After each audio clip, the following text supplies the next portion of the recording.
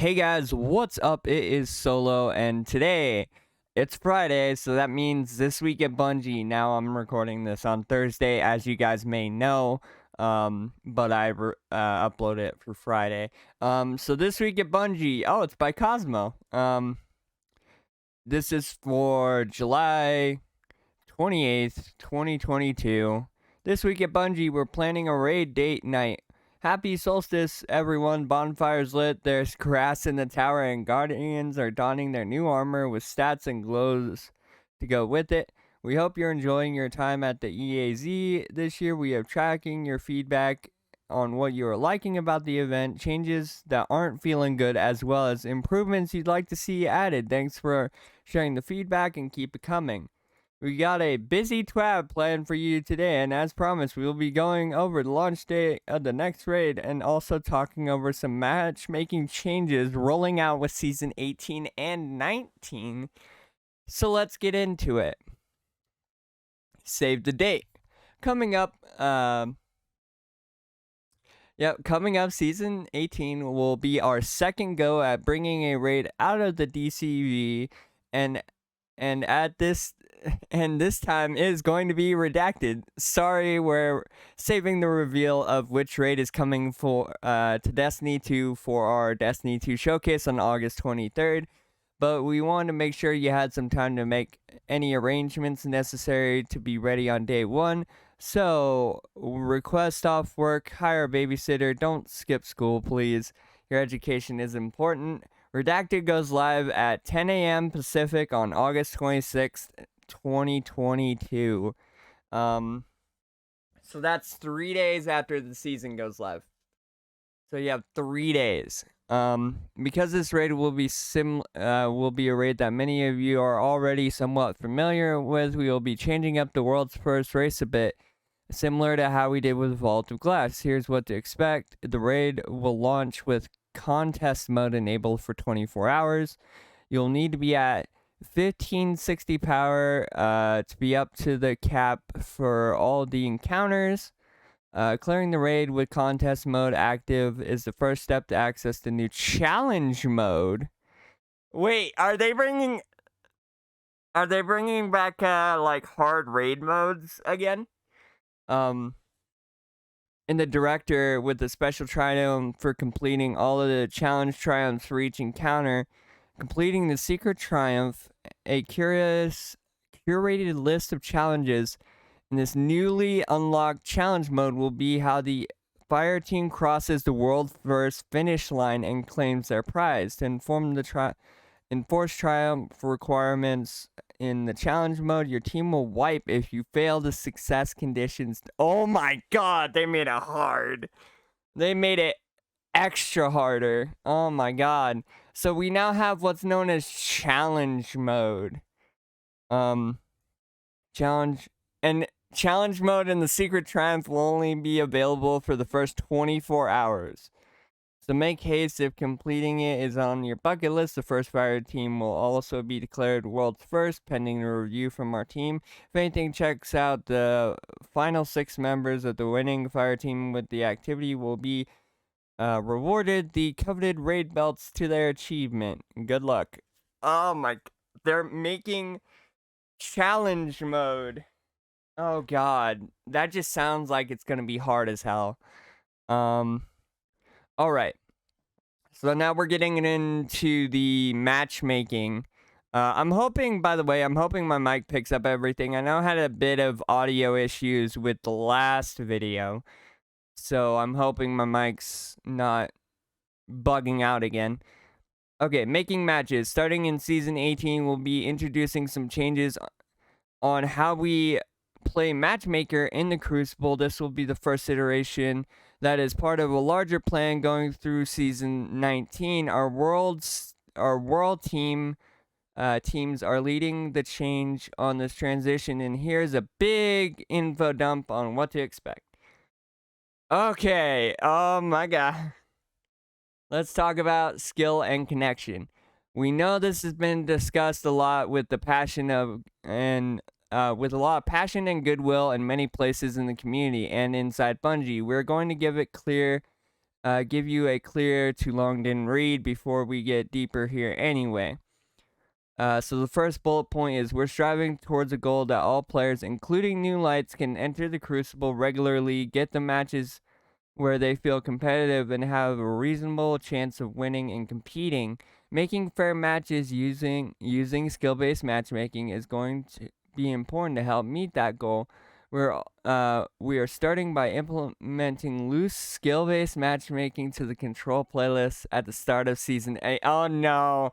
I already see Twitter getting mad and saying, "Oh, why are you putting skill-based matchmaking in the game?" Yet we saw it with Rift. When you didn't have skill-based matchmaking, you literally go against like 6 stacks. And people who have been playing Rift the entire day, and then you just get bitch slapped.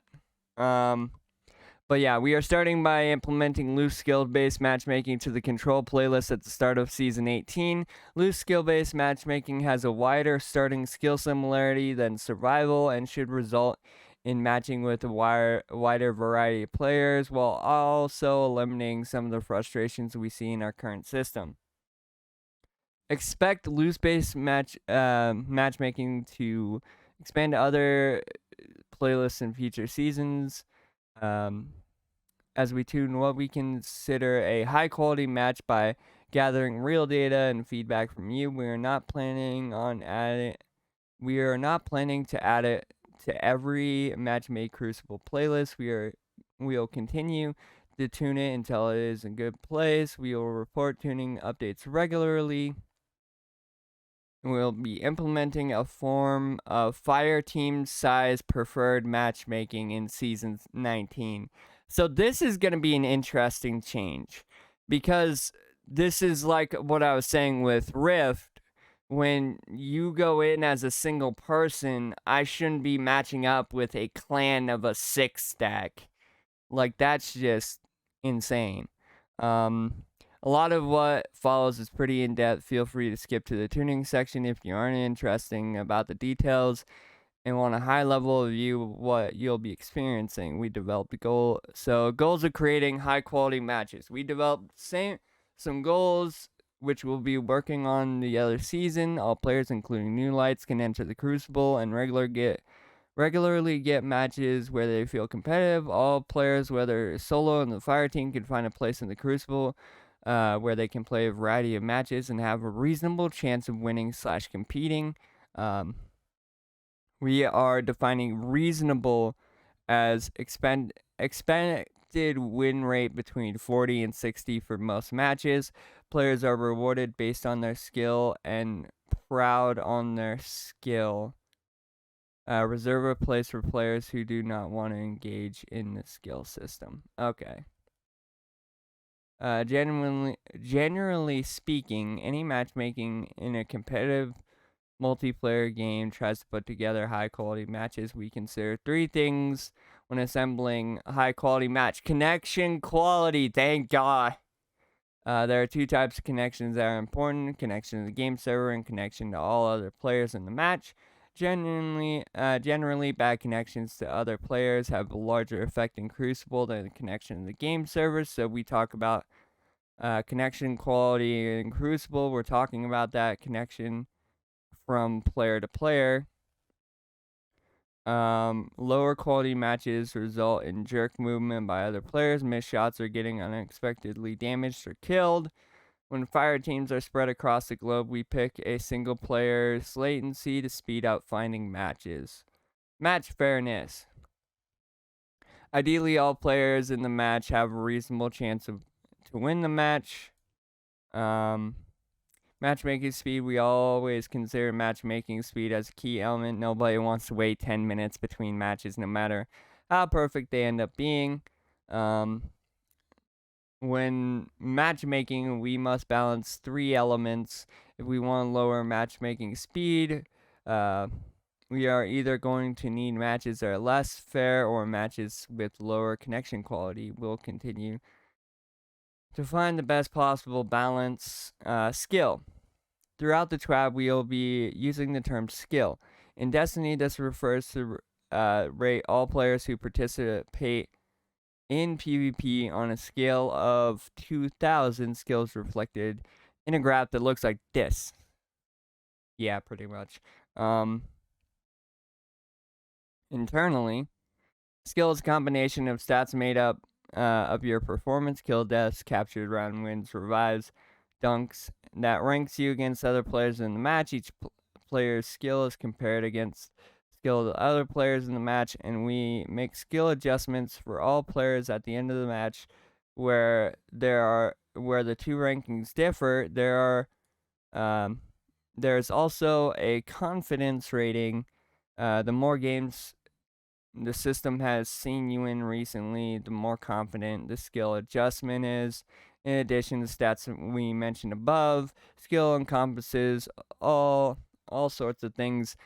Your reaction times, agility, how you approach fights, how well you know the map/mode, how well you know your character, how you build your character, the weapons, armors, and mods you use, and how you blend all of those into performance with other players. You won't ever actually see a skill value in game. While we are currently only using it to get fairer matches, we still track it for all modes, including Gambit. This gives us a reasonable starting spot for game modes like Rifts or Zone Control. Now, how do these numbers actually play out in game? If someone is 200 skill above you, they are definitely better than you, and they will win 75% of engagements against you. The opposite is true if someone is 200 below or more below you. By the time you get to a difference of 400, players win 90% of engagements, and lower skill players need to get extremely lucky to win. When you get a difference of 600, there's basically zero chance for lower skilled player to ever win a 1v1. Okay, the problem space. As we start looking into the competitive landscape in Destiny, we note a few things. Outside survival and elimination, the ability to influence whether your team wins or loses is usually out of your personal control if you're average or below half of the population. This can feel bad, and the match outcome feels essentially random, and you don't feel motivated to try to win. This has contributed us to de-emphasize winning as a requirement to gain rewards in the Crucible. Current landscape has also allowed brand new players to match up with some of the highest skill veterans and are expected to compete. On the flip side, if you're highly skilled, you're often put on a team where it feels like you are carrying the team and must consistently perform if you want to stand a chance at winning. This doesn't feel good for anyone, and controlled skill disparities on the team stark. Over 50% of matches have a skill disparity of 900 or more between the best and worst player, which is significant that the outcome is already known before a single shot is fired. On the other hand, in freelance survival, 60% of the matches have a 250 skill difference or less, which is very much more reasonable. Okay, so this is how matches are. Wide disparities of skill also exacerbate other problematic elements with wide disparities in skill. Trapping a single team in spawn is easier, and then it is more likely that one team is dead at the same time, freeing up the other side to roam around and look for new targets without having to worry about danger. Okay. So it's basically a lot of them doing matchmaking. And then control.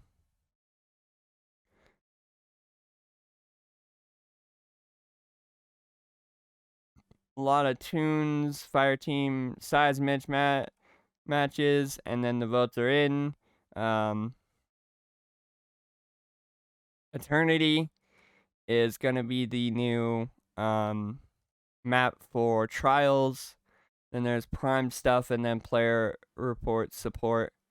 So yeah, it's a beefy TWAB if you want to sit there and read all the stuff, but the biggest things is they're adding more skill-based matchmaking to Crucible, and that the raid is coming out 3 days after the season drops, and is gonna get revealed on the. I knew they're gonna reveal it on the 23rd. Let's be honest, everybody's like they're gonna reveal it.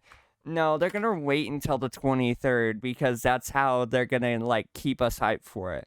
But anyway, guys, that's gonna do it for me in this video. If you guys did enjoy this video, hit the like button, comment down below. What do you guys think about skill-based matchmaking? I think there's parts I want in the Crucible just because there is a lot of. I hop into a game after not playing for months and months and months because I don't like Crucible that much, and I'll just get like 2-tapped by some guy who's been playing Crucible every day of his life. So it might be a necessary requirement. I'm not sure though. But yeah, don't forget to subscribe, turn on post notifications so then you never miss a video. And guys, thank you so much for all the support over the last few videos. I really do appreciate it. But I'll see you guys in the next one. Bye-bye.